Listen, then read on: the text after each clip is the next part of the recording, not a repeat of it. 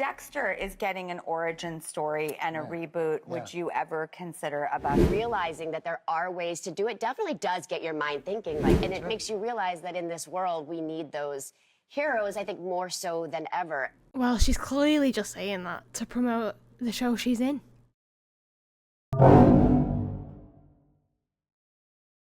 Well, that was an interesting development. Hi, welcome back to my channel. Today it'll be a bit of a different one, a little bit of an interesting one, because the day we have all maybe been waiting for, depending on how it goes, is here. Buffy the Vampire Slayer has been announced to have an official reboot. This is very, very, very interesting news to me. I'm not solely against it. I am an optimist. I am optimistically hoping that they will do this and do it well.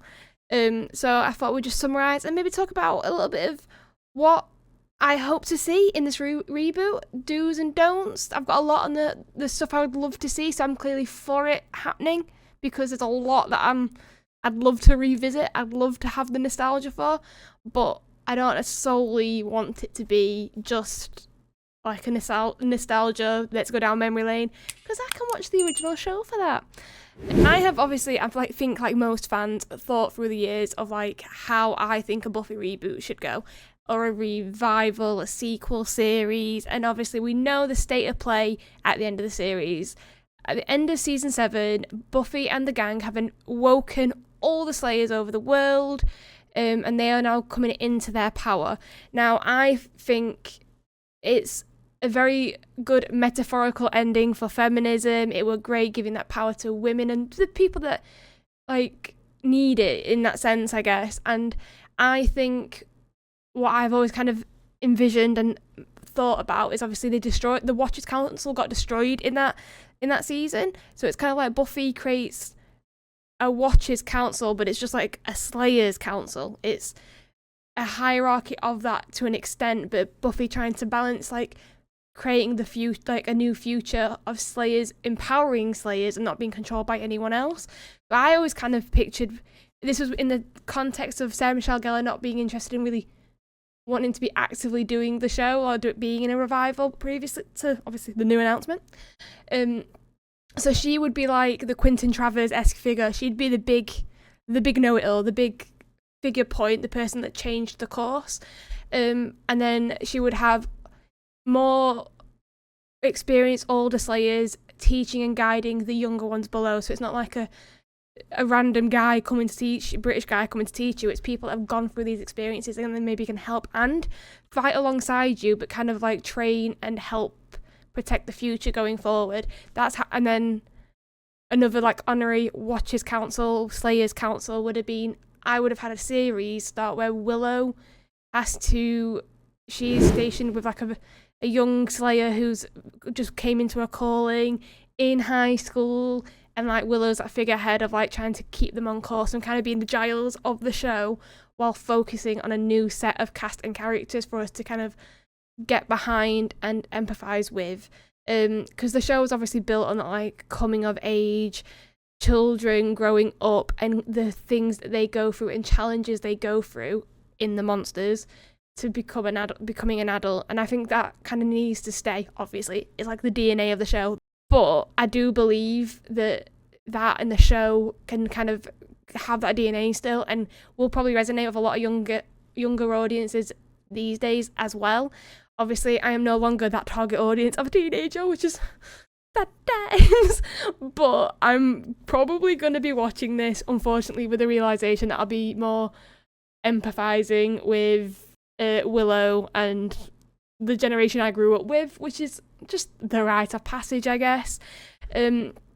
But yeah, so that was like always kind of like my scenario in my head that I'd got. And obviously then you can have like the casting characters kind of come in and out and do little cameos, and then build upon the universe, have some demons, get some old previous factions of demons like revisit and come into it. Anyone's that obviously Buffy didn't like kill completely, and like callbacks and like references to the demons and things they overcame in the past, but have a whole set of new demons and concepts. I think could also be good, like, because I don't want it just to be like rehashing like go fish and like, oh, there's an invisible girl. But I do think some episodes like that might be good, or them kind of episodes, but with like a twist that kind of like, oh, this is what happened to us. Oh, it's gone a bit different this time. Kind of build upon that world. To, I think Sarah Michelle Gellar's recent point is, it's a whole universe. The possibilities are actually endless. So yeah, I think there is definite legs for this to be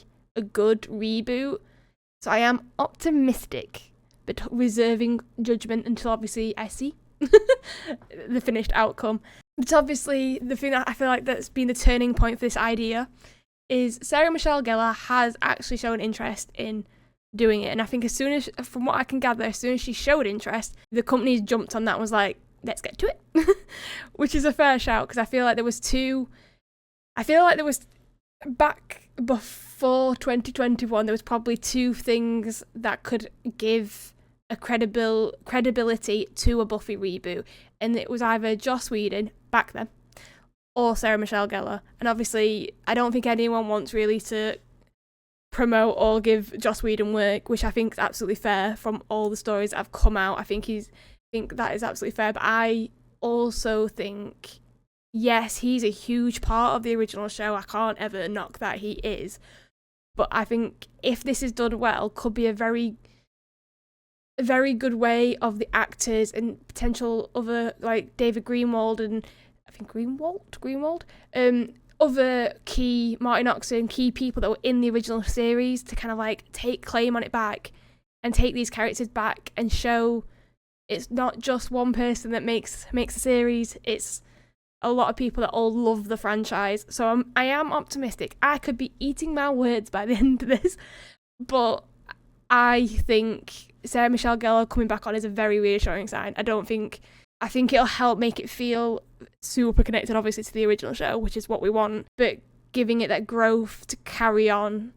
There is more things for Buffy's character to kind of go through, because she is a lot older. She's a full-blown adult, and it'd be cool to see, like, where has Buffy been since then, fill in some of the gaps, maybe have, like, some flashbacks within reason, because, again, age restraints on, like, flashbacks, we can't be going straight to when the show ended, but just maybe having them details filled in a little bit, because I know the Dark Horse comics, in theory, it follows on from the Buffy TV show.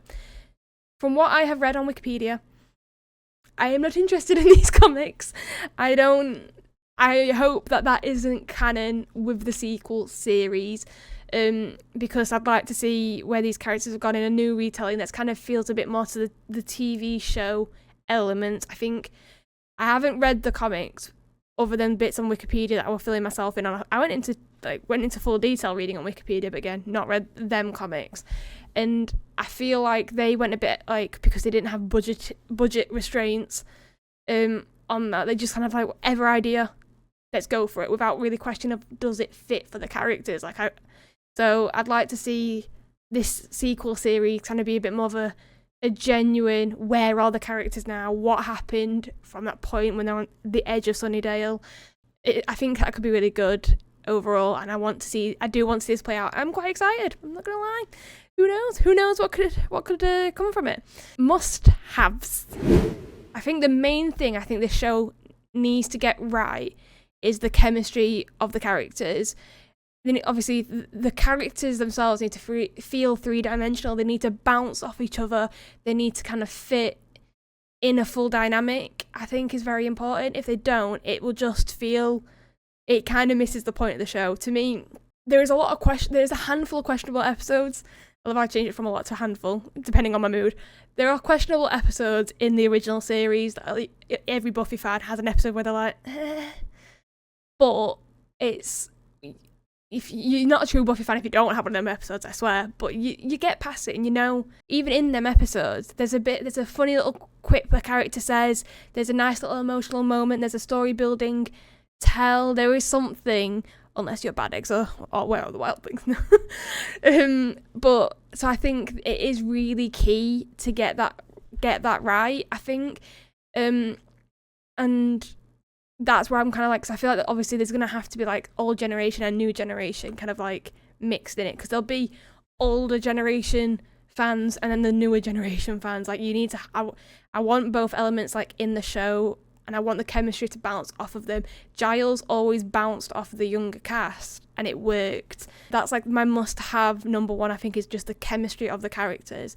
My number two is going to be a bit, not random one, but probably a very particular one, is I want a good an amount of practical effects. I don't want it to solely be CGI and green screen. I think that would take away a little bit from it. Like, there was a bit very questionable CGI in the main show.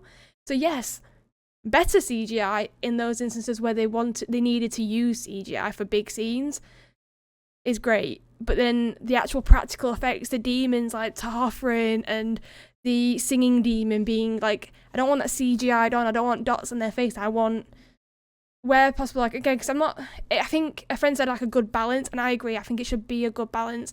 I want like Walking Dead practical effects and a bit of CGI in there.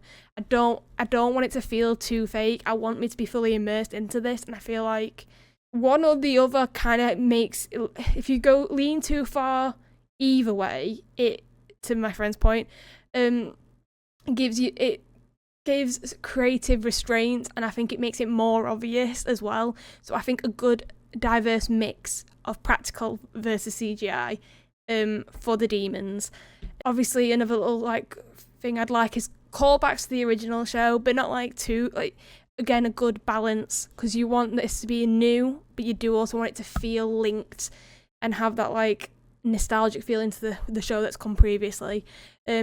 Cameos from the cast, of course. Like, I don't think I'd actually want them all to be in it all the time. The new guy, like, not the new guys, the old cast, because I feel like it just feel too much like the original show, but just everyone got a bit older. I'd like cameos. I'd like you to hear about them and like, oh yeah, they're off doing this. Like, Xander's helping Slayers in England and Willow's helping Slayers in Australia. Like, them all be working towards that vibe, or even like Xander's married off somewhere with kids, not with Dawn, just having a nice normal Joe life. Like, he's got married, he's had kids, he's a contract builder. Maybe he makes a supernatural, like a business cleaning up after supernatural attacks, but doesn't go like Michael Keaton's character in Spider-Man.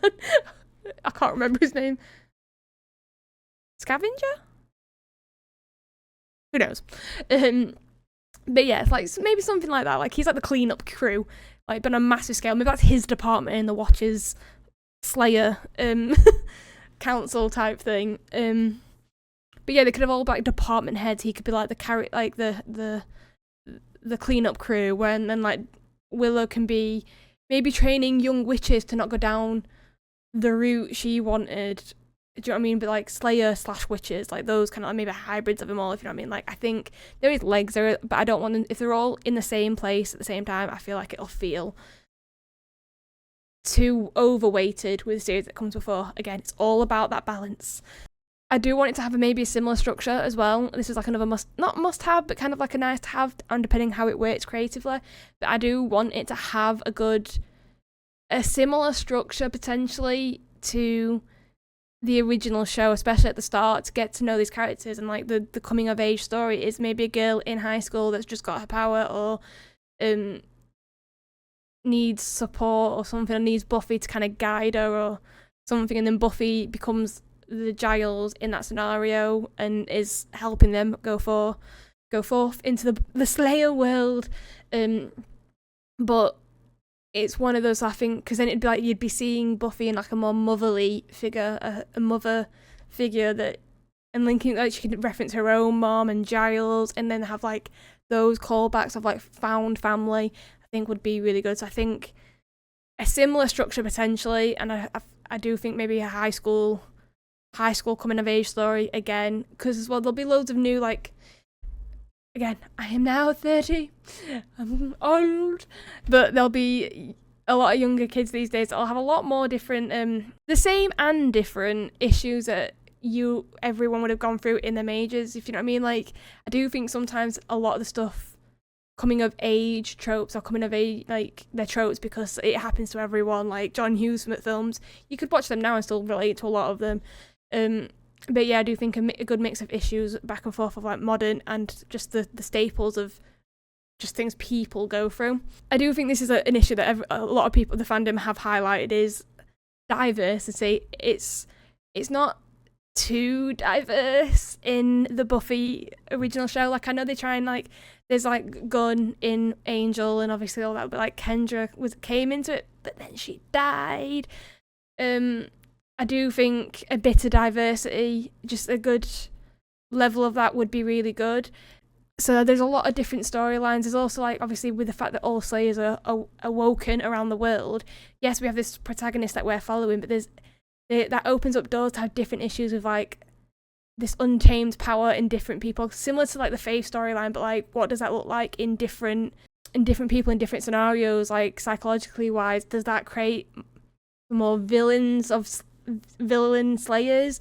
Maybe there'll be some Slayers that have been turned into vampires and they can be like the big bad, and it's kind of like a bit more like playing out those issues of like of that unwoken power and what does that cause overall for people. So yeah, I do think a bit more diversity would never hurt in this show, so I think that would be a much needed thing throughout the show. So then I have also put on this list of callbacks and maybe some cast cameos to characters from the Angel series. Obviously, I don't know how a cameo from David Boreanaz or James Marsters would work, because they are a little bit old. I'm not even meaning that disrespectful, but okay, if you're playing a character, like if you're playing a demon that never ages,